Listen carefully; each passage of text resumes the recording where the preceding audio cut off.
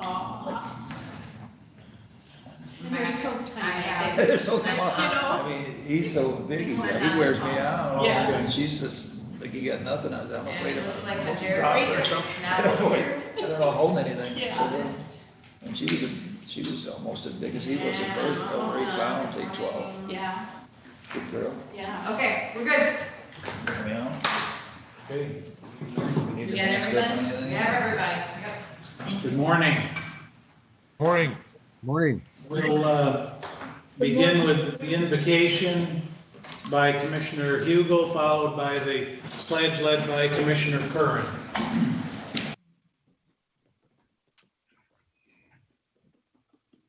Please join me in prayer. Heavenly Father, we come to you today and ask for your guidance, wisdom, and support as we begin this meeting. Help us engage in meaningful conversation.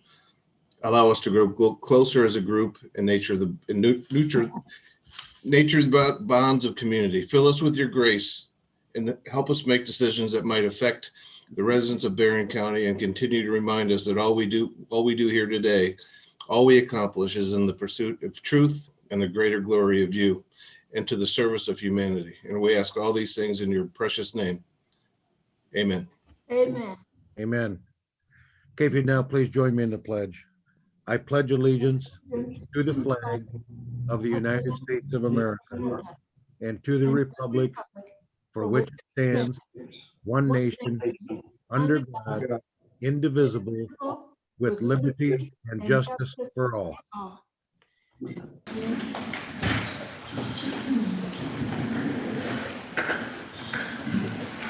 Okay.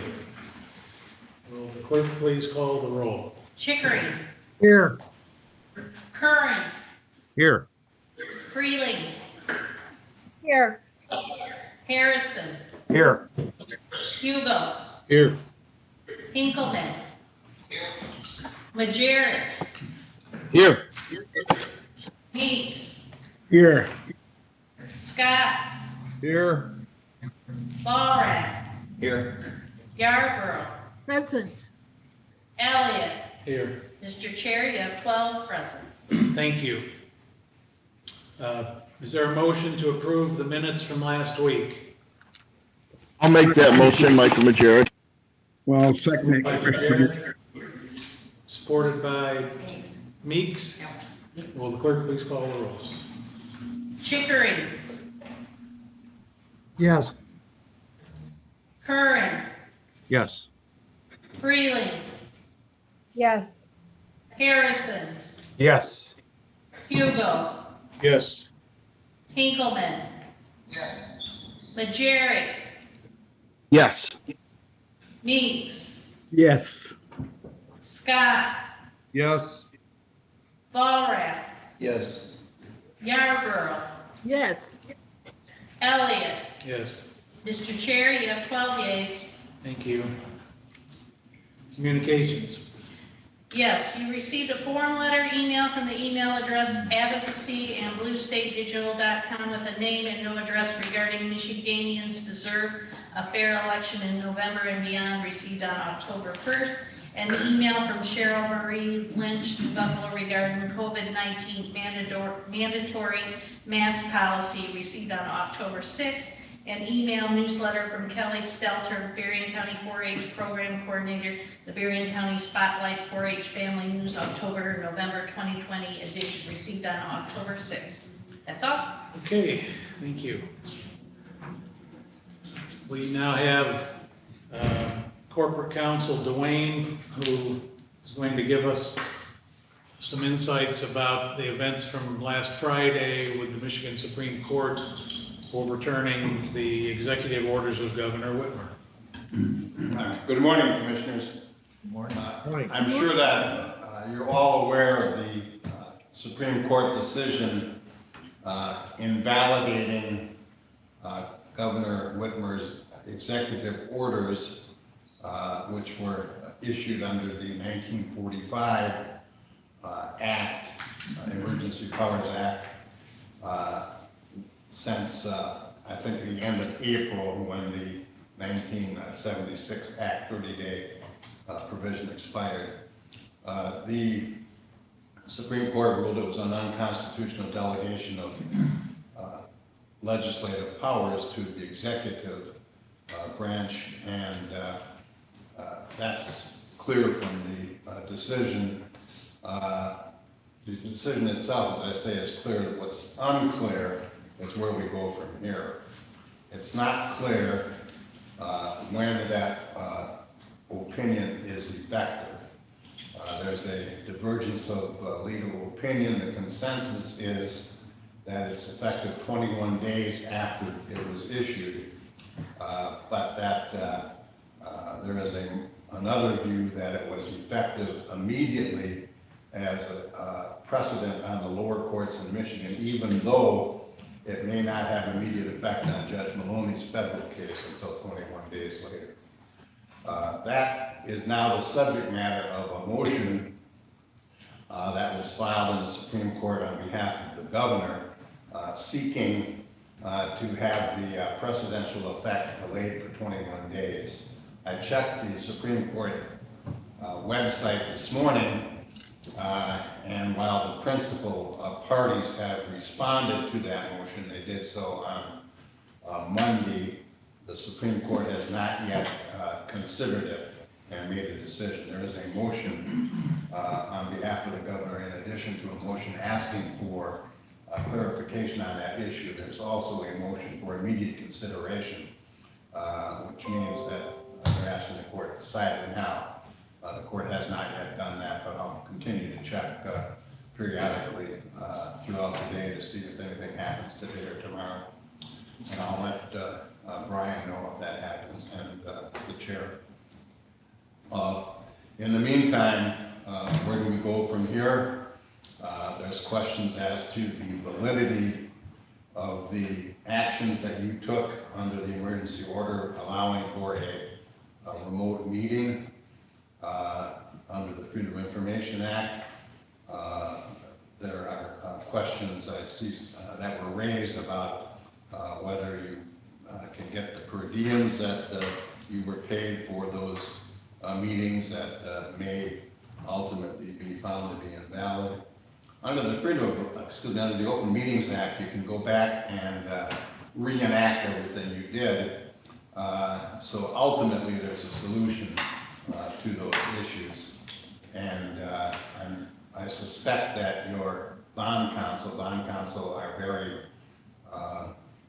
conservative, as they should be, and your bond counsel, John Axe, is likely to ask you to reenact if you took action on any bond matters. You ultimately may want to go back and reenact on everything. There is a 30-day statute of limitations after the date of the publication of the approved minutes on any spending resolutions that you passed, and a 60-day statute of limitation on a challenge in any that are not involving spending and that type of thing. So as time runs on, the limitations provision is running. As far as I don't know, a suit has been filed challenging the validity of any action that you have taken. But as I say, when matters clear, that's something you may want to consider doing. Right now, I would suggest that you do nothing, because we just don't know what the issues are and or will be, and what solutions are necessary. Thank you, Judge. Any questions? We'll be staying tuned. We'll be staying in touch, watching things in Lansing, also monitoring the public health order that came out of Michigan DHS, the public health director. That has raised some questions, but for now, we'll just wait and see what develops over the next several days. In the meantime, we're planning to meet virtually again next week.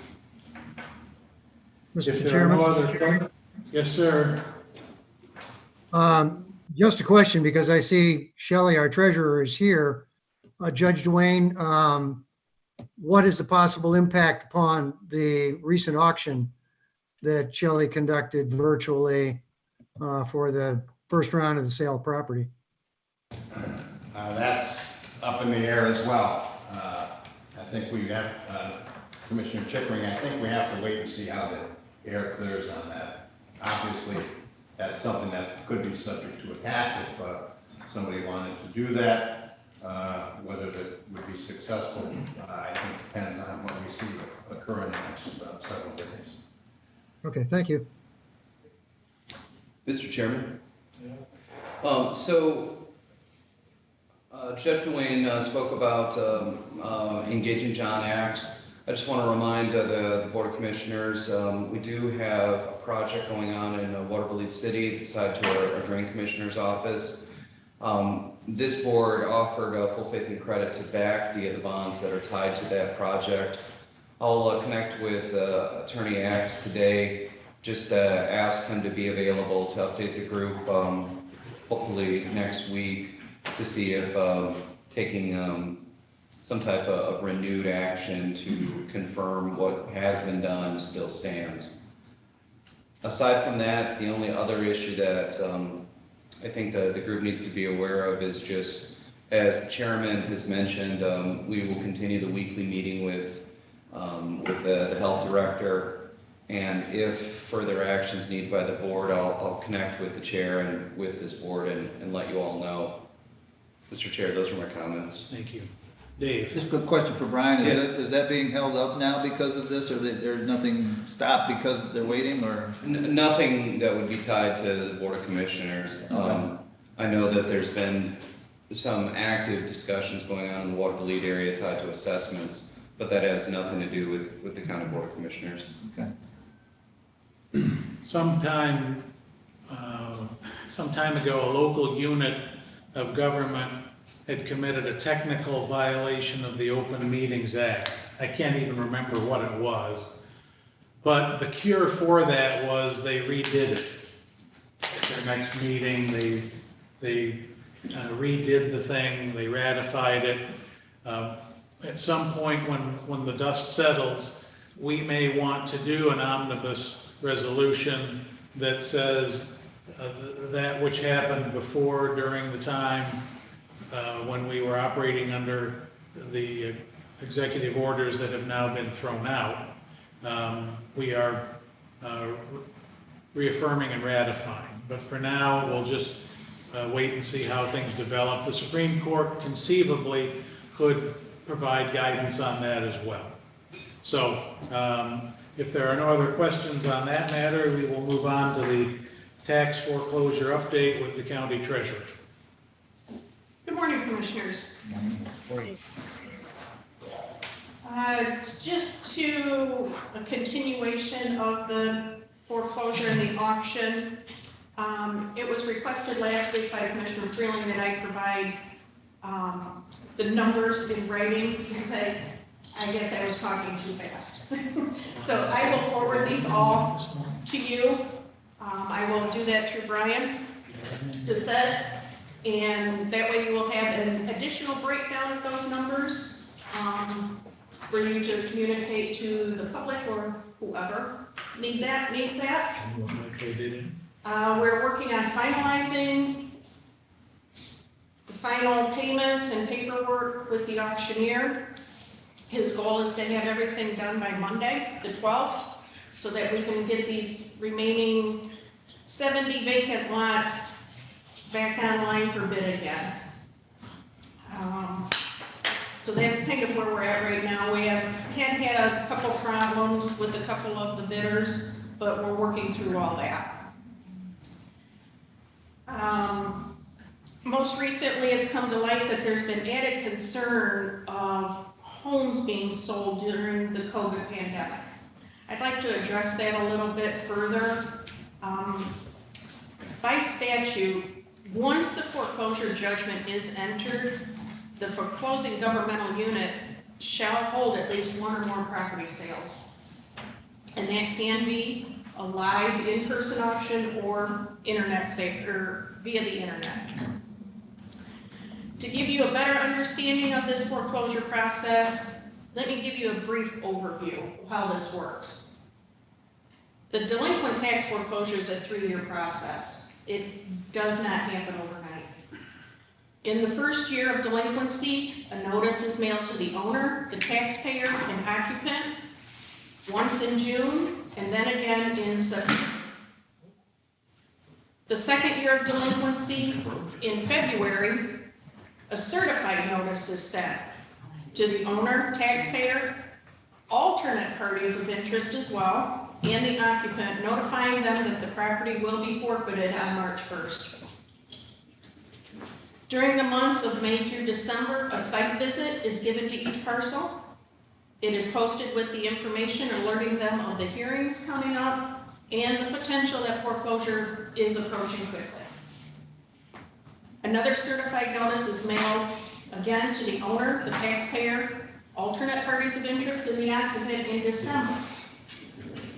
This notice provides information for the show cause hearing in January and the judicial hearing in February. In December as well, the forfeited parcel is published in the newspaper for 2 consecutive weeks, that's by statute, to all parties of interest.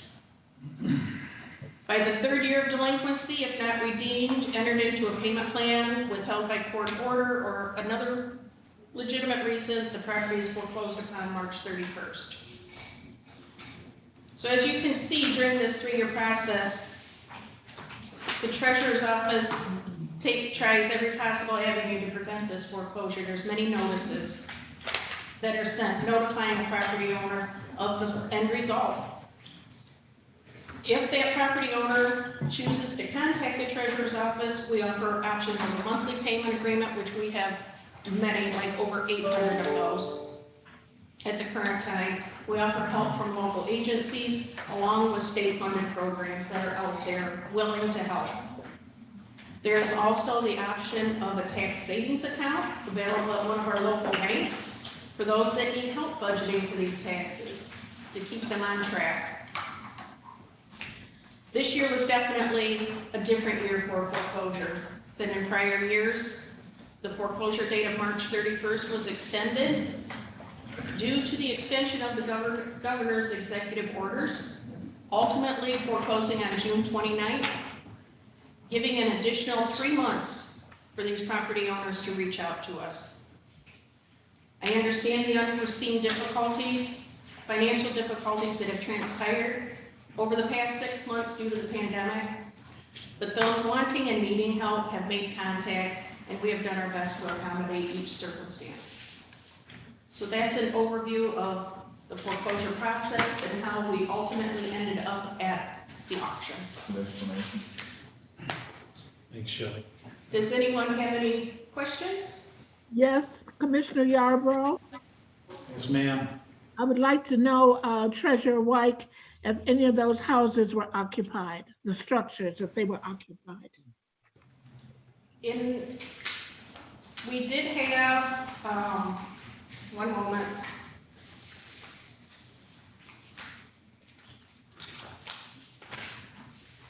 I did have some occupied structures.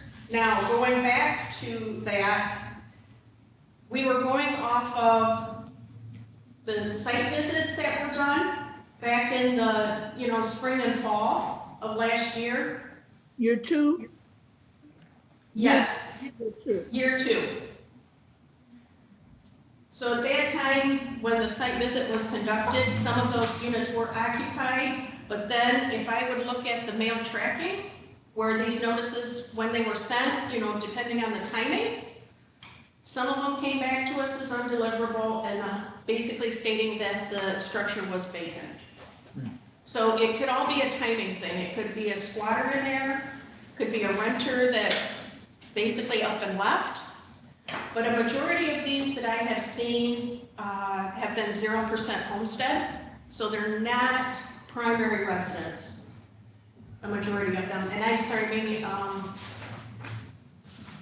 can give you, let's see, 4, 5, 6, 7.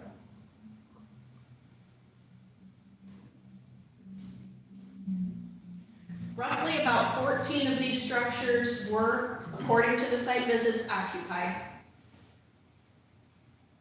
Can I ask a question?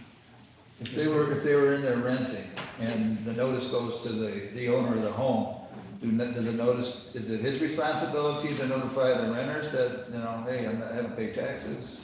Usually what happens is the occupant, the renter, will notify the owner and ask them, hey, what's going on? Okay.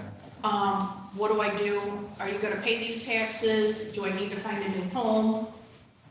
But usually it's the occupant that steps up So first. everybody's made aware that he's been Yes. home for quite some time. Yes, yes. That's why we have taken on the role of adding the additional notice of sending it to the occupant, just because sometimes the owner is hard to track down. So, And Sally, may I ask, and then the building is tagged or something, so the people living in the building know. Is that so? There is a notice that goes on the, Put a tag on the home. yeah, the notice is tagged on the door, okay, that it lists that it is up for potential foreclosure. It gives the notice of the show cause hearing, the judicial hearing for those opportunities to come in and explain their situation, or it gives them the opportunity to come in and speak with me, and so I can offer a payment plan or some other program to assist them. okay, Depending on the circumstances, where we usually direct them. okay. Corporate counsel, did you have something? I stuck around because I knew this issue was coming up. The relief provisions under the act that Shelley was speaking of apply to eligible properties, and those are primary residents, and they have to be owned by eligible owners. So a landlord who doesn't pay his taxes, and that's quite common, they'll buy a property and milk it for the period of time that they can without paying any taxes, and then it gets foreclosed and they really don't care. So they're not necessarily eligible properties, nor are they eligible owners, because they're not the people who own it and are living there. And so some of the relief provisions that Shelley has mentioned are only available to limited groups of people. The second issue that Commissioner Yarborough, I could see some concern about, is the notice to the tenant, if that's the situation. After a person purchases this property at the auction and owns the property, there's still another process that has to be taken to evict the person, and that is they have to get if the person is not going to voluntarily leave, they have to go to landlord-tenant court and get a order of eviction, and that takes some time, and of course they get notice of that because they're then the party to the lawsuit, to the eviction lawsuit. So that additional notice provision is built into the eviction process. Very good. So unless it's a homestead, there wouldn't be those added protections under the statute. Correct. And as the treasurer, Shelley, has pointed out, the statute says shall. She doesn't have any choice in what she does here, other than if they make the proper application, this is before the judgment is entered, not after the property has been sent to the auction, where the judgment has been entered. The redemption period has expired, now we're way beyond that. Very good. Any other questions? Thank you. Attorney. Yes, ma'am. May I be excused another? Yes, sir. Thank you. If there's nothing more on that, we'll move to the Personnel and Human Services Committee and then the Administration Committee reports. Bill, you want to lead off? Sure, thank you, Mac. PHSC met virtually on Tuesday afternoon. We had a number of issues that we needed to work through. The first one that I want to talk about involves the parking fees at Silver Beach County Park and the annual fee that people can buy, both residents and non-residents, for overall park access. Last week, we had this resolution, I think it's 0331,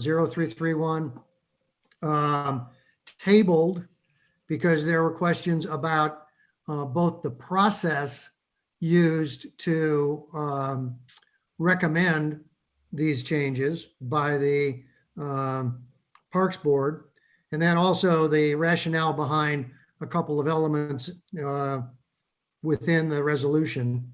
And I'll deal with those in priority in true order. The process question that Commissioner Scott and Commissioner Freeling raised was a good one because, as it turns out, the Parks Board itself never met live or virtually to approve these changes to the park pass and parking fees. We had a discussion, Administrator Doucette helped us a lot, and it turns out that they don't need to.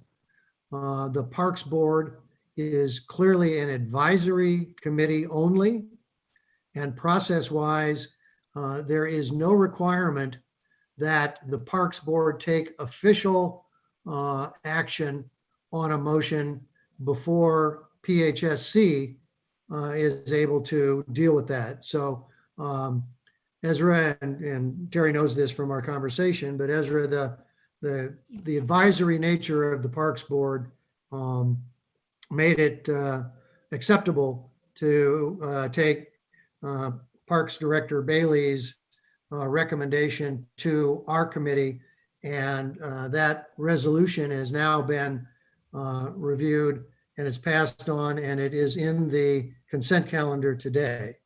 So as process-wise, we're all very comfortable with where we are and how we got there. Thank you Now- for that, Bill. That was a good explanation. I didn't know, so it's better to err on the side of caution. Thank you. It was good. No, it was a good question, and it was a good thing for all of us to review. Now, as far as the parking fees and the parking pass, raising the parking fees at Silver Beach on a daily basis is going to move from $6 to $8 for Michigan residents, and it's going to move from $12 to $15 for non-Michigan visitors. We've done a survey and have checked on the costs that are applied in a number of other beaches. I always equate it to the $60 to $80 I pay when I go to the Miracle Mile in Chicago. So a day pass for $15 at Silver Beach is quite a deal. And I think all of us on PS Personnel Committee agreed with that approach. As far as the annual pass, and this is confusing, okay, and Brian Bailey knows he's got a bit of a communications challenge coming up, but we ultimately agreed that his rationale makes sense. And let me explain it this way. There are not going to be two different types of season passes. There will only be one season pass for anybody who wants to buy one. The difference is there is a point of purchase differential. That's my terminology. If you go to buy that season pass at Silver Beach County Park, it's going to cost you $40 for the annual pass. If you go to Mad Burt or Love Creek, that exact same pass, it works exactly the same way, will be $35, not $40. Okay. The reason for this differential, and the reason we ultimately agreed with Brian's recommendation on this, is that this could very easily drive people to a different park from Silver Beach where they can experience Love Creek or Madeline Bertrand, where they might not otherwise if their focus is solely on Silver Beach. So there is an opportunity that we can increase utilization at our other parks.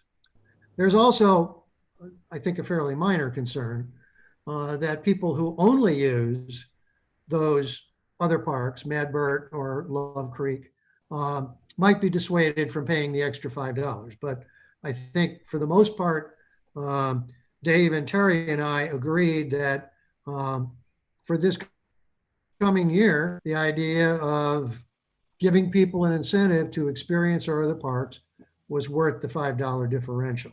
So I hope that's made some sense, and I'll ask Dave and Terry if they have anything they'd like to add to or explain about this situation. Simply, the one pass gets you in any of the parks in Berrien County, no matter what price you pay. Terry?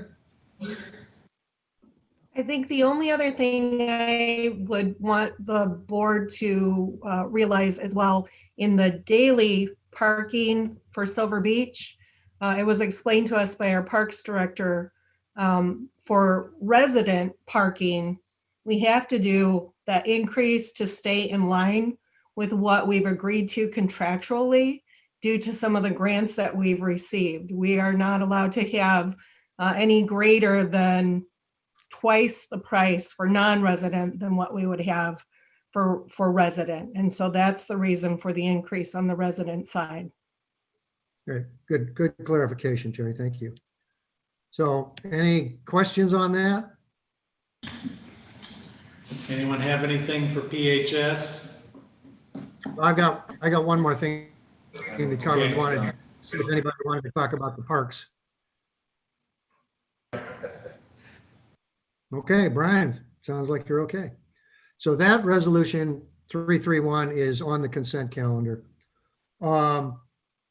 We also had a request from GIS that was coming through the Southwest Michigan Planning Commission to provide a map or a series of maps of Berrien County to an organization that had is trying to do some work through Southwest Michigan Planning. The cost exceeded what GIS is allowed to give away on their own motion. And frankly, the cost was significantly higher than any of us would have anticipated. So Brian Doucette is going to get back together with John Engelhoff at Southwest Michigan Planning to learn a little bit more about how this partnership may work with them, what it's for, how residents of Berrien County will benefit, and we'll hear back on that. And then there's a series of 5 resolutions from the Board of Health that will be coming hopefully your way, commissioners, next week. I'm in the process of explaining those resolutions based on my time with the Board of Health yesterday to my team at PHSC, and we will hopefully have these resolutions as part of the consent calendar next week. My bottom line is they're business as usual. 3 of the 5 actually are resolutions to extend pre-existing grants because COVID shut down the activities that were being provided under the grant, and they've just pushed that grant period out through 2021 in most cases. So, Dave, Terry, anything else we did? We approved our minutes. Okay, thank you, Matt. Thank you.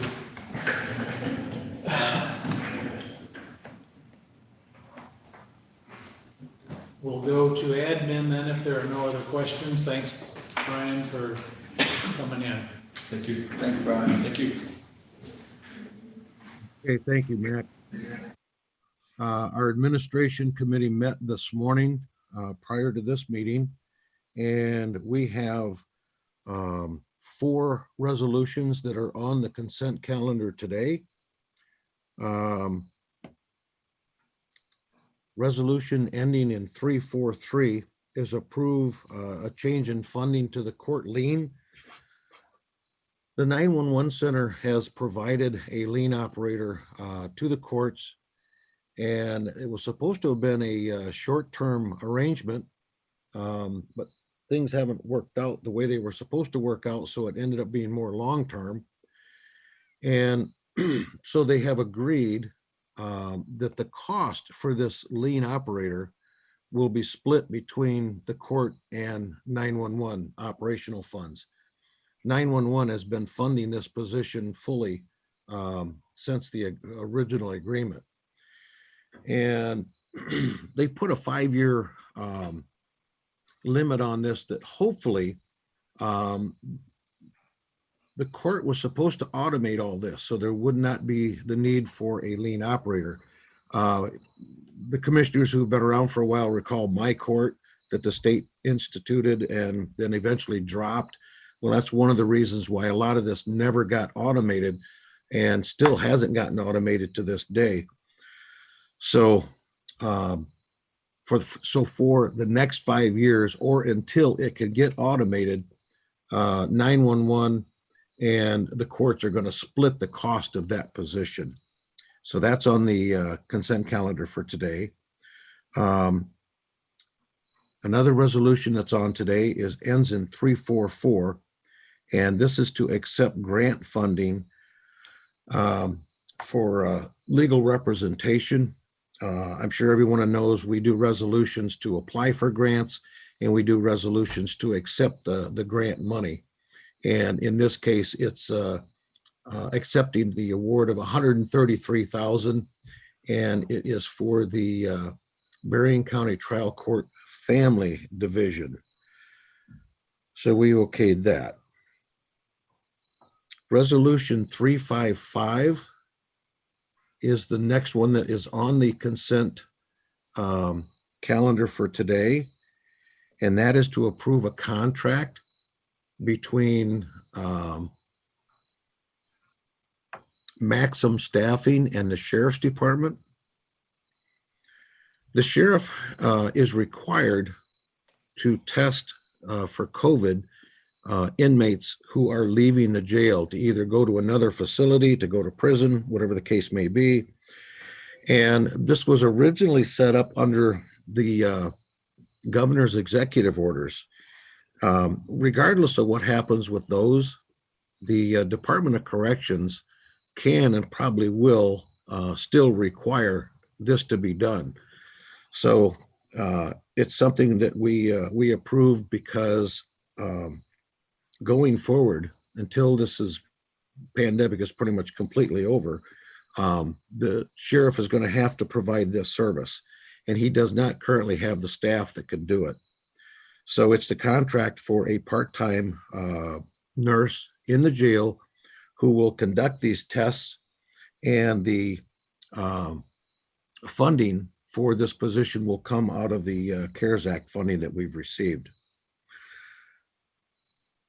On the consent calendar for today, we have ending in 357, and that is to accept the Michigan Indian Defense funding for the Public Defender's Office. And the question that was asked, if you look at the numbers, is when we originally established the Public Defender's Office, there was a baseline set at that time of what it would cost the county. Any expenses over and above that would be funded by the state. And if you look at the resolution, you'll see that when we did the original approval, it was $562,717. That's the original compliance plan that we did in 2017. And you'll see as of today, the request is our share to be $574,534.13. The question was posed of Paul Janka, the reason for the increase, and it is just the rate of inflation, estimated at about 2%. So that's the reason why we're paying roughly $14,000 more today than we did 3 years ago. So again, that is on the consent calendar. So those 4 resolutions are on today. If there are any questions, I will be happy to take those at this time. Mamie Yarbrough, Yes, Yes, ma'am. ma'am. is there a resolution with this about Watts with the clerk's office? Is that coming today? So, That's a finance resolution, maybe that's not an admin resolution. when there will be a time that I can ask about that? It's one of the resolutions, it's not. I can't- Is it, what is, The elections coordinator services? Oh, is that what she's asking? Yes, yeah, because look, like you just told us the amount of 574,000, there are no dollar amounts on that. I wanted to know what would that cost? It's not with the administration committee? It says with the finance committee and that? right, It's $31 an hour. the person makes $31 per hour, and it's expected that it will be a 37 and a half hour week, What was, yes, or 30 hours, till the end of the or election. at least 30 hours. But through the election week, first week in November. And then we have a recount. And then if there's a recount, there may be some additional work for that person to do, so that's not what they would be paid. Yeah, that they would be there until possibly the end of December, but it didn't show any Right. dollar. I didn't know if it was salary or hourly, or that's what I wanted to know. So you answered my question. It's to the end of the year. Okay, and the authorization would be through the end of this calendar year, maybe. Yes. Which is December 31. Yep, correct. Thank Mac? you. Mac, Yes, sir. Bill? I have a question. Jim, the contract for the temporary nursing services in the jail, how many actual tests will this person be performing on a daily basis? Well, I think the sheriff is in the room. I think he'd be better equipped to answer that question. He did answer it for us, but I do not recall the exact figure. So if Sheriff, would you like to field that question, please? As many as gets booked in and as many as getting released. And then all the ones that are gonna be going out, so I can't give you the exact number, they're gonna change every day. But when she's done doing the test, or he's done doing the test, they will be done for that day. So if it takes 2 hours to do the test, then they're done. And then they will be leaving after they take the test, do all the paperwork, and then mail it in. But we could have 20 booked in today, or we could have 5 booked in. I can't give you an exact number, it's gonna change every day. And then everybody leaving has to have a test taken, that are leaving our facility, that are getting out, or anybody going to prison, anybody going to forensic, anybody going to foster care, all have to have a test done before we can take them. Okay, thank you, Sheriff. You answered the question, which is they're going to do the test and then they don't get paid after that. They go home. They go home after that. And if you look, we send you, all the commissioners get how many people are booked in each day. You can see the total number we have and the number that are in the secure part of the jail. You can see how many get booked in every day. Okay, no, that's great. Thank you. That That's gets great. sent out to you. Thank you. Thanks. Okay, are there any other other questions? Okay, then we have a number of resolutions that will be coming to you at the next meeting. Resolution ending in 353 is to approve a memorandum of understanding between the Sheriff's Department and the Veterans Hospital there in Battle Creek. When veterans are lodged in the jail, they sometimes have needs that the Veterans Hospital can supply to them. And this is through a telehealth. It's not in person, it's virtual. So they give those support services to the veterans while they're in jail. So that's Resolution 353. Also, Resolution 358 is emergency management. Captain Rocky Adams came in and talked to us this morning. And 358 is to accept the EMPG, which is Emergency Management Performance Grant funding for 2020. 359 is to apply for that same funding for 2021. And let me see if I can find the dollar amounts. I'm not sure they're in here.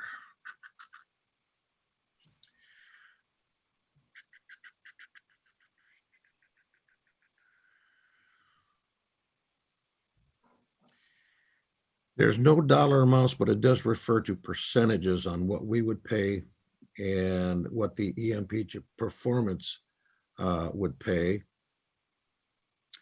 And then resolution ending in 360 is to approve a memorandum of understanding between us and Van Buren County and Allegan County to act as backup for our emergency alert system in the emergency management and 911 for that matter. There are redundancies built in so that if the initial one fails, there's always a backup. And so this is to enter in an agreement with Allegan and Van Buren to perform those services should we not be able to perform them. And then it's also a reciprocal agreement where we would be the backup for Allegan and Van Buren County. If for some reason their system was not operable, we would do it. We have resolutions 362, 363, and 364 are coming from the court. Carrie Smetanka-Haney presented these to us, and it's again, we do resolutions to apply for grants and we do resolutions to receive the grant money, and those three resolutions are to accept grant money awarded for the drug court, mental health court, and the Swift and Sure sanctions grant. And any questions on any of those resolutions? Those are all the resolutions that will either be coming to you or are here today. Jim, I thought we got rid of the drug court. Got rid of the drug court? We don't do drug court anymore, do we? Well, let me see what this says.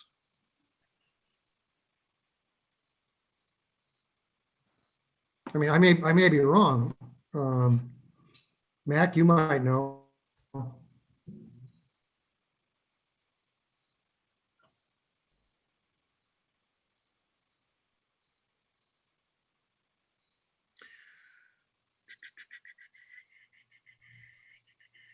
Well, it says it refers to the Michigan Court Grant.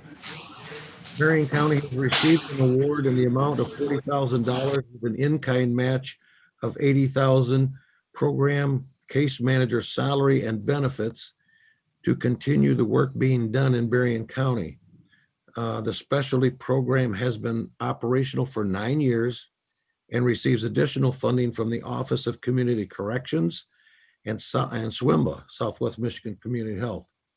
The emphasis of the program is to effectively combine random drug testing with inpatient and outpatient treatment. So apparently we still do have the drug court. Okay, good. I'm sure that's fine. I just like to confirm that there is such a thing as the drug court still operating. Actually, it's called drug treatment court now. The drug court is gone. So let's see if it's okay with admin to insert the word treatment between drug and court in the last line of this resolution ending in 362. Is that all right? Yes, sir. That's fine with me. Okay, everybody good with that?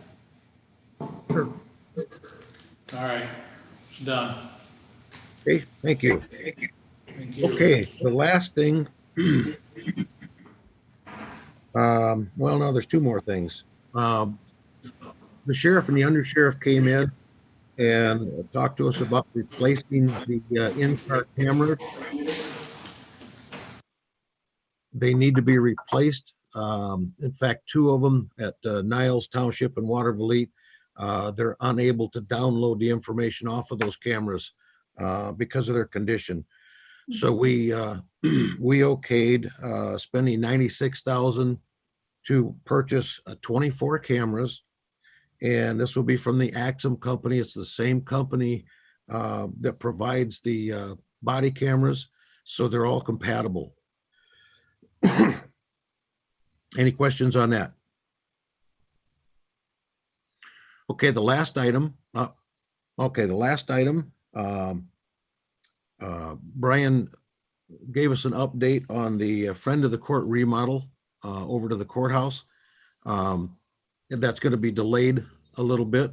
And one of the items that he brought to our attention earlier on is the fact that there could be asbestos or something similar because of the age of the building and the walls. And that's all going to be checked out ahead of time to make sure that we're not getting into a situation that would either put our employees at risk. So the contractor will be coming in to see if there is anything hazardous as part of that demolition before demolition ever occurs. And that's all we have on our agenda. If there's any questions, or Brian, did you want to add anything? No, sir. Okay. There are no questions. That's our report. This is Commissioner Scott. Mr. Chair, I got a question for Admit, not on what he said today, but on another issue that I think Admit needs to take a very good look at. There have been complaints that I have received about the road department, and the road department is under Admit. But whenever they go out to bid on different projects, HMA overlays or grind and redo a road, that always comes through finance. And we Hey, are Ezra? bid to go out. My Ezra, is do me a favor. Yeah. That sounds like it's gonna take a little while. Okay, Could we do that under other business? sure, no problem, Mr. Chair. Okay, great. Thank you. Thanks a lot. Yep. All right. Let's find out if we have any public comments regarding resolutions, and while we're waiting to see if any come in, is it okay if we take the added resolutions and treat them as part of the consent calendar so we can do that in one vote? Or is there anything that anyone wants to pull for separate discussion? Yeah. So if we're good with it, then when we vote on the consent calendar, it will include the added resolutions. There's a couple from admin and one from finance. Is that all right? Yep, it's fine. Okay. Okay, so we have public comments from Cheryl Marie Lynch, New Buffalo Township, regarding resolution number 2010355. This cannot be passed. No one can be forced to take the COVID-19 test. You've got 2 detailed emails from me this week about this virus. There is no existing authority for any agency of the state of Michigan to act from the claim that COVID-19 is currently declared epidemic. This virus cannot be categorized as an epidemic. The COVID virus is no more dangerous than is the flu virus, and there is no fact, no scientific evidence that masks or social distancing can control or inhibit the spread of the virus. The cure for the COVID virus currently exists and is being utilized by thousands of physicians. Stop promoting fear and guilt in regard to this virus. A positive test is not life-threatening news. Any state officer who acts from junk science or political propaganda will be subject to lawsuits from harmed people. Normal life must be immediately resumed. Statutes do not overpower natural law, supreme law of the land, so continuing to harm people violates the higher law. End of comment. Eric Lester, St. Joseph Township. Thank you for making this meeting available. And, sorry, I believe that Cheryl Lynch in her comments above is inaccurate. That is all of the comments that I have regarding resolutions. Okay, thank you, and thank you to the two folks who submitted their comments. Is there a motion to approve the consent calendar, including the resolutions ending in 355, 357, and 366? I'll make the motion. Moved by Volrath, is there support? I'll support Commissioner Scott with discussion on the requisitions, please. Okay, very good. We've got it moved and supported. Is there discussion? Mr. Chair, I have a question on reference 45801, DNS HD truck and trailer repair, blanket bus maintenance and services for Berrien bus fleet, for $16,500 out of community development. When we had a contract with TMI, were they paying for this? And now that we don't have a contract and we basically taken the Berrien bus over, is that money that is left over from them not fulfilling their contract? Or is this extra over and above money? Commissioner Scott, I believe that your assertion is correct. With the ending of the TMI contract, the maintenance costs are now being provided by, they're being provided by a third-party private contractor, and this would have been billed under the TMI arrangement. I'll follow up with Dan and Evan and get a more detailed response out to the board. All right, thank you. And then the next question I have is under reference 50296 for the County Road Association of Michigan, the annual road agent service charges. Is that a fee to become members of the County Road Association? Or is that a separate service charge for something else? Go ahead, Annette. No, this would be the annual, just kind of like you pay your Michigan Association of County dues. I probably should have written that a different way, but that's what that's for, is the annual amount. Thank you. Then I have no other questions, Mr. Chair. Any other questions or matters for discussion before we call the vote? I'd like to ask a follow-up question, Mr. Chair. Yes, sir. Regarding the question on the bus maintenance and services, DNS, are they performing those services at our Berrien Springs facility, or are we taking our buses to their facility? Do you know? I don't know. I'll make sure that that's included in the memo I request from staff. I'll get a breakdown of what maintenance is occurring, where the maintenance is occurring, and any other relevant details. I'll get that pushed out later today. Okay, thank you. Yep. All right. Hearing no other comments, will the clerk please call the roll? Curran, Yes. Freeland, Yes.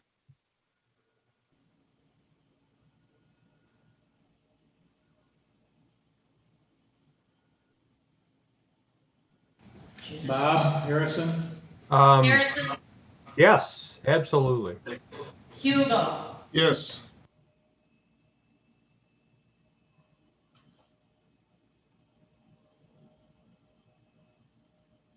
Mine just went blank, but I'd say yes if it's up to me now.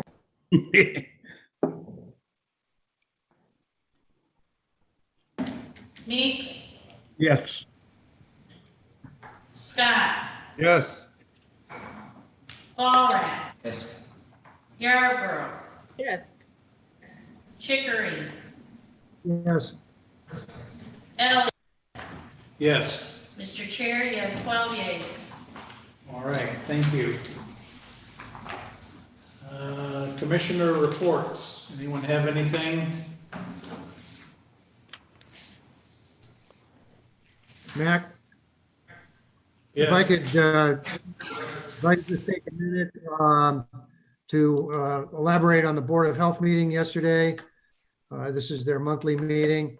Obviously, the meeting was focused on COVID and responses and all these things that everybody hears about all the time. The manager of the Environmental Health Group, Nick Margaritis, reported on his activities, which involved monitoring our beaches, monitoring restaurants, septic systems, all kinds of things. And it was a great example of how the normal business of the health department has gone on in spite of everything else out there. The beaches were totally clean with one exception one day, and that's the beaches along Lake Michigan shore. Restaurants have all been monitored routinely as they have in the past. He mentioned an interesting thing that PFOS, which is that chemical that we got concerned about in the last couple of years, has shown up in the North Berrien County landfill. And we had a little bit of a discussion about that because it was something that seemed like it was a manufacturing location issue. But Nick says that based upon the quantities of PFOS in almost everything we use, when it gets to the landfill, it gets concentrated and there can be problems. He said that there is no downstream effect at all. It just showed up in one of their landfill. Bill, pardon me, Bill, just 1 second. I have to step away. Ezra, can you step in? Yes, sir. Okay, thank you. Please Good. continue, Bill. Sure. And I guess the only other thing is we did the annual survey of ticks in Berrien County, and we can be very proud that Berrien County is the first county in Michigan where there has been a sighting of something called the Lone Star tick. It's a new tick to Michigan, and we're the first to get it, which is just a lot of more great news for us, isn't it? That's all I got. Must be a Texas tick being Lone Star. It's coming up here where we got water, I think. What we got, yeah, evidently. Are there any other commissioner reports? Okay, seeing none, we'll move on to our administrator for his report. No comments, sir. All right, thank you. We're now at the part of the meeting for its general public comments. For those of you that are on YouTube, please feel free to chat your public comments. Identify your name, last name, city, township, and village, and Annette will read them to us. All right, so Evan Smith actually is in the chat box. So his answer to the inquiries about Berrien Bus are that we are now covering the maintenance costs previously covered by TMI, and the maintenance is done at the DNS facility.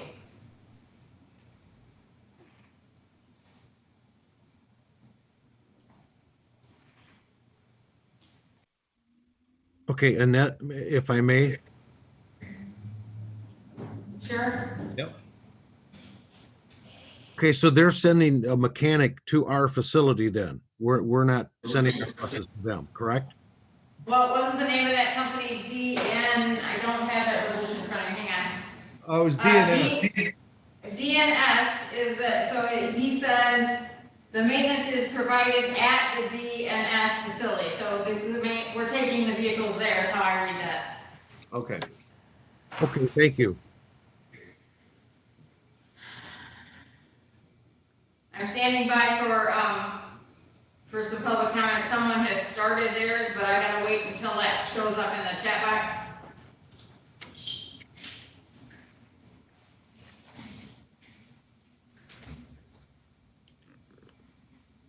Annette, on a side note, do we, as county commissioners, or do you, as the facilitator, do we know how many people are actually participating and watching in our YouTube of this meeting?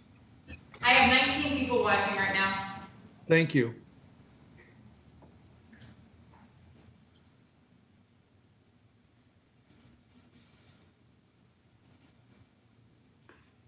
Okay, so this is general public comments.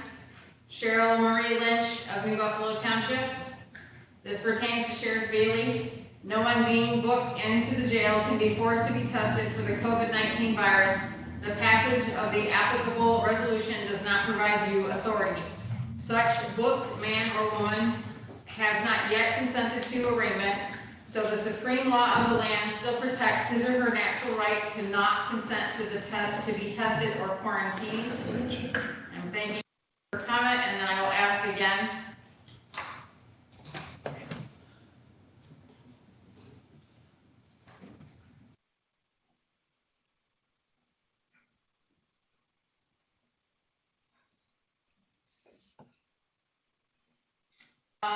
Tony Benhart from Sodas Township. I wonder why Napier is being built to 2 different specs in the 2 townships.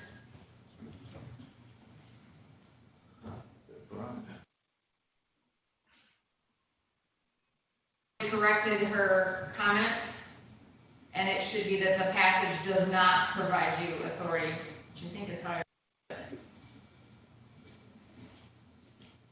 does not, yeah, it does not provide you authority. And we'll check again.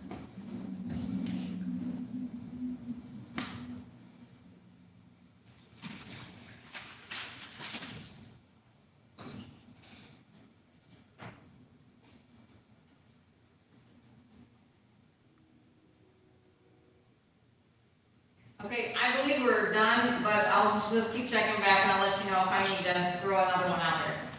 All right, thank you. I'd like to also let the public know that the Board of County Commissioners appreciates the participation of the public in the meeting as we're going through on this virtual, and that we do listen to everything that all of your comments, and we do thank you for those.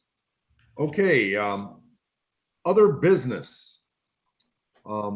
Does anybody have anything? Mac asked me to hold off on my question to other business, so I'll defer to the rest of the county board if they have anything else they want to discuss on other business.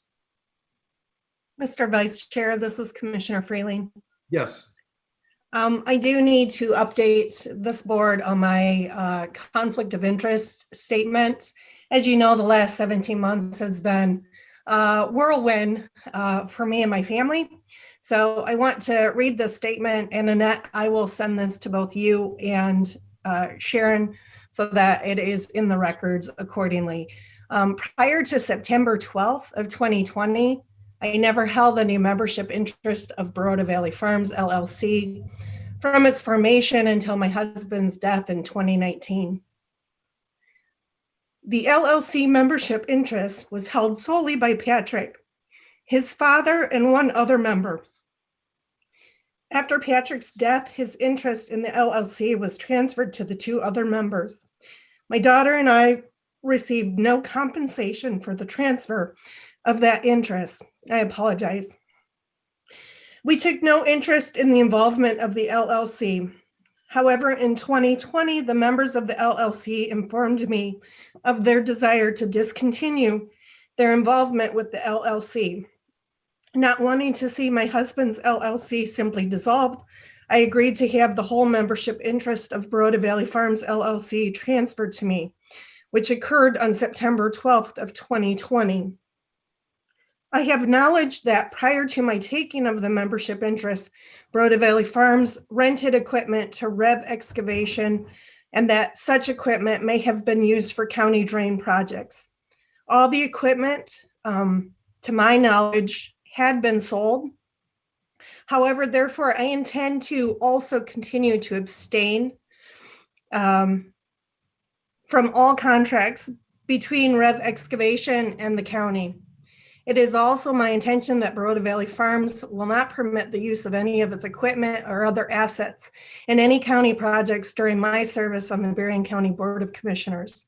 I will continue to apply the practice that if I have any reason to believe anyone close to me is directly or indirectly associated with county business, I will research all the facts and will opt to abstain if there's any doubt about their participation in any matters brought to this board. Thank you for your time. And that is my statement. Thank you. Duly noted. Is there any other business that anybody else has? Any other commissioner business? All right, seeing that there is none, I will now ask the question. My question basically is kind of to Jim Curran and also to our administrator. The administration committee is the parent committee for the road department. I have gotten several complaints on what is being done on road repairs, such as setting of the manhole covers in the road. And according to what I was told, the contractor has said that was not in the bid. Now, if you're going to be adding asphalt, you're going to have to be raising that so that there's not a dip or whatever there. So I guess my question is, we in the finance committee, we get the bid request to go out to bid. And then we in the finance committee open the bids, but send them back to the department, to the road department, for their purview to see whether they meet the specifications on the bid. The problem is we in the finance committee do not actually see the RFP and everything that was bid. When we get a bid sheet, it basically kind of gives us what it is. Sometimes there are things attached to it, but we do not read those because we're dealing with the money aspect of it.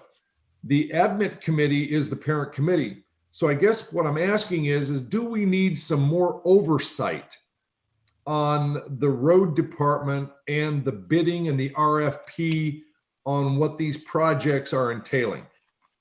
So I guess that's my question, and I kind of laid that out there for everybody, but your thoughts on that, Jim? You're the committee chair of admit. Well, I appreciate that question and your insight into that. At this particular time, I guess I would ask Brian for his opinion, if he's given any thought to it. I have not had an opportunity to digest this information or to talk to Brian about adding that step into it. But so I guess I'll defer to Brian. Do you have a comment then? Yeah, so over the last 2 weeks, I've received a couple of complaints tied to one specific manhole structure. This is in Niles Township on 3rd Street. A resident was complaining that the manhole structure was set too low. The manhole structure in question is appears to be a storm sewer manhole, and that it's actually set in the travel path as opposed to the center of the lane. As a result, as large trucks would go over, the manhole structure was approximately, I would say, less than half an inch to 3/4 of an inch too low. But that was enough that as large trucks would go over it, it would cause noise to occur. When this was brought to my attention by the resident, I reached out to both Commissioner Curran as well as Director of the road department to make them aware of the situation. I think within 1 to 2 days, road department staff was visiting the site and working to place a different manhole, essentially just to raise the lid so that it was more level with the overall pavement. At this moment, the process seems to be working. The manhole structures had been raised prior to our paving job. Our paving job went through, and while it is slightly too low, it's a unique situation because it's a storm lid that's sitting in the travel path on a heavily trafficked route. So I don't think this is something that's common. I don't think it's something that has been ignored. It's brought to my attention, and within, I would say, probably an hour of it being brought to my attention, communication had started, and within 2 days of it being brought to my attention, we had staff on site taking a look at it and working with the local unit of government to supply the materials needed to get the structure addressed. Now, with that said, if the commissioners want more details in the bid spec, we can certainly work to brief the admin committee on what is occurring out within the miles of road. Commissioners, did that answer the question? Yes, it did. I was just, I guess one of my real good points on this is that since we took over the road commission and dissolved it and made it a road department, I just think that we need to have a little bit more communication on things that are happening out at the road department, such as engineering, such as the jobs that are getting done, things like that. And the roads were always part of the admit committee, but they also fall over into finance with the bidding. So I just wanted to make sure that if there's things that have to be done that can be checked on beforehand, then we won't run into maybe some more problems down the road where things will be like, well, that wasn't in the bid, so we can't, we're not responsible. And I don't blame the general contractor. If it wasn't in the bid, it wasn't in the bid. You're not going to pay extra money because you got the contract to do something that wasn't in the bid. So I guess that's what I was looking at for a little oversight on that. So, but thank you very much. I have a question. Commissioner Meeks. Yes. I was just kind of wondering, how come this committee don't work like the other committees? Now, you're over basically this committee right there. We haven't had, you oversee bids in your committee. Yes. But we don't have any part of what the road commission does in our committee. So I don't know why it'd be different for one committee than another committee. So that's basically my question. So at the point, maybe we need to discuss this a little more.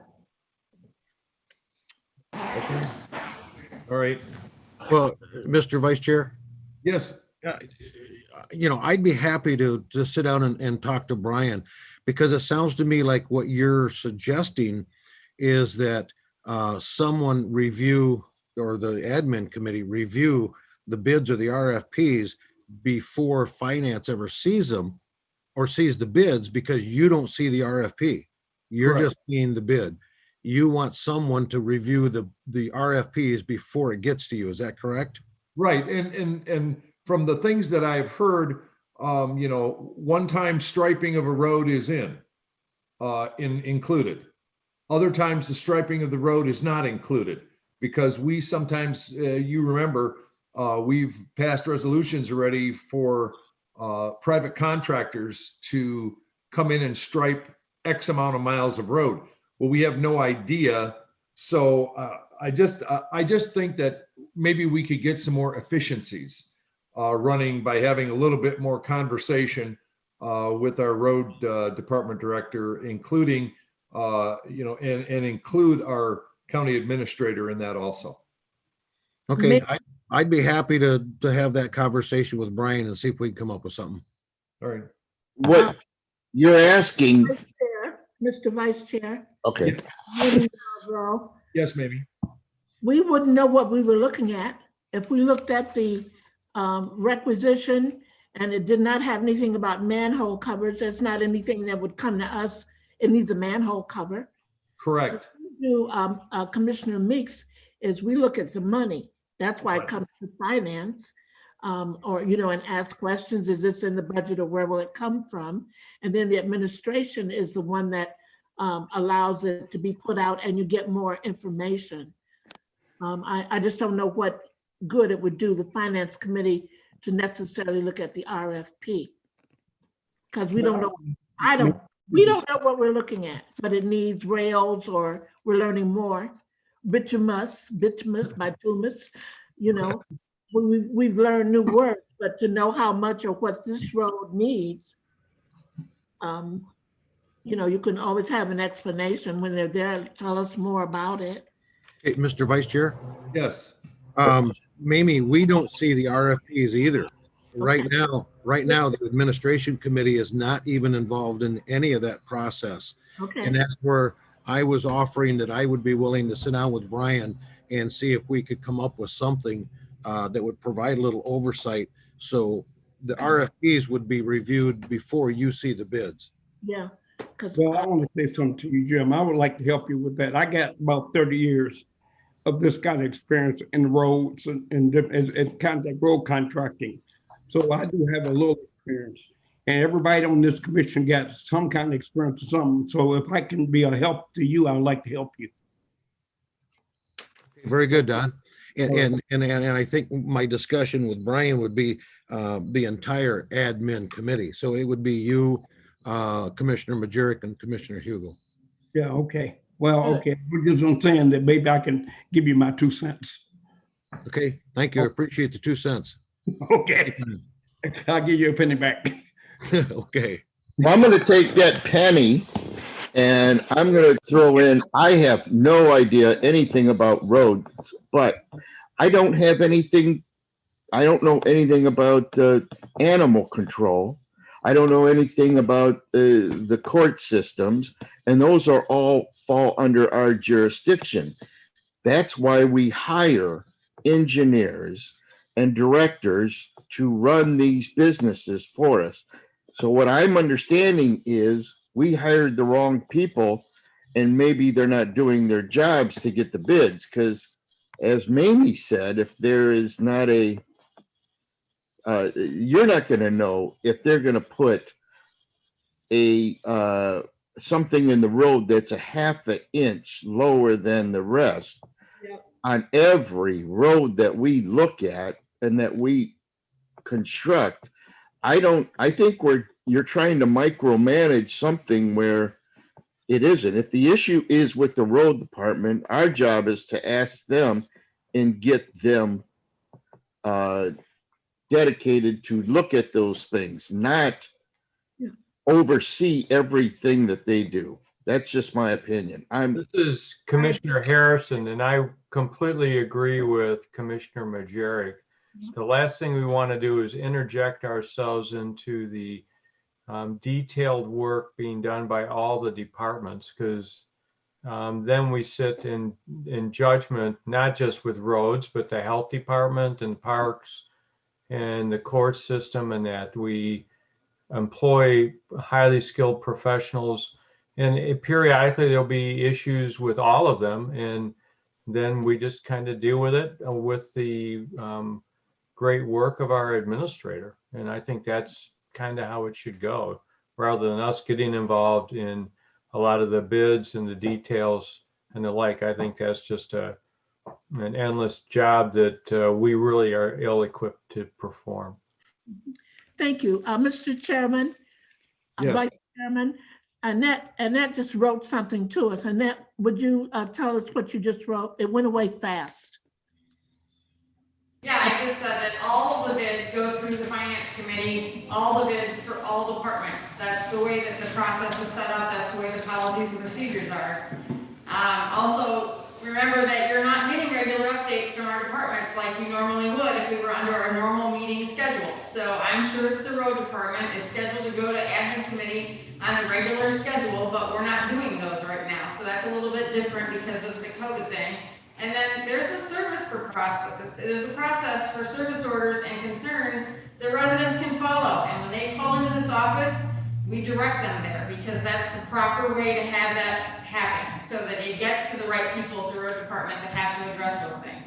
So, sorry, I just had to fill in. Thanks, Annette, that's good. Well, thank you. Thank you. Thank you. Thanks for that. All right. Vice Chair. Yes? All right, so not to beat a dead horse on this topic, but 2 weeks ago, Commissioner Curran, Chair of Admin, called me. He reported that he got a complaint from a resident on 3rd Street in Niles Township. He asked me to give that person a call. That was done within minutes. Later that morning, I engaged leadership at the road department. Within 1 to 2 days, staff at the road department had visited the site. We're taking steps to adjust the manhole structure. The process absolutely worked. I was in regular contact with the residents and then providing feedback to Commissioner Curran. The thing that I would stress to all of you is you all don't own the manhole structure. The road department doesn't own the manhole structure. The manhole structure is owned locally by Niles Township. This is going to occur from time to time because there's storm sewer, there's sanitary sewer, there's water main. In addition, you've got natural gas and fiber optics. These types of situations are going to occur, and to try and build every assumption into an RFP is just unrealistic. What is realistic is providing absolutely positive customer service. And that's something where your staff is working real hard to make sure that that customer service is being provided. Occasionally, residents and elected leaders of cities and townships and villages aren't going to agree with the result of their interaction with the county. And that's where the appeals process is going to come into effect. And I would anticipate that the admin committee may hear from leadership in Niles Township on issues related to roads. I know that just in the last week, I've been communicating with an elected leader from Niles Township about a bill tied to trees falling into the road right-of-way. And as soon as I have more details on that, I'll engage leadership with admin committee to consider what, if any, action is recommended. I'm not in any way arguing that more oversight is something that should not be considered. I'm simply saying, in this case, we are working hard to make sure that this board, despite virtual engagement, is truly engaged. And on a weekly basis, I'm trying to push information out to the board as it relates to all of the projects going on with the road department. And if getting Jason and his team in here to provide more details is something desired by the group, we can certainly accomplish that. Mr. Vice Chair, those are my comments. All right, thank you. Appreciate all of that information. All right, moving on. Is there any other business that any commissioners or the administrator want to discuss? Annette, were there any other general public comments that we missed while we had our other business discussion? Yes, there was. Tony Benhart from Sodas Township added to his comments that there needs to be a 3-member committee to oversee the road department. There is too much going on under the covers and poor work quality. The manhole setting on Napier needs to be looked at as well. I will explain to anyone who is interested. I have to ask, is it a private firm doing the contracts or in-house? Remember, under the law, you are all road commissioners. And I thank him for his comments. All right, there's nothing else then. Let's do the announcements and reminders. Next Thursday, the Board of County Commissioners regular meeting is virtually at 10:30 a.m. I do not know, and I will defer to Annette on whether or not there is going to be on Monday, Tuesday, Wednesday, or Thursday of next week, whether there is going to be a PHS meeting, an admit meeting, or a finance meeting that we need to announce. So I am aware of the finance committee. They do have a bid opening next week, so they will be meeting, they are taking the 9 o'clock slot next week. And I believe, PHSD is going to meet following next week's regular meeting. I believe that we settled on a 1:30 PM start time. All right. Thank you for that. If there are no other announcements or reminders, everyone have a lovely day today. And we are adjourned until 10:15, 10:30 next Thursday. Thank you. Thank you, sir. Thank you all. Thank you. Thank you, and mille grazie. I'm on my way to Italy. Uh-huh. In my mind.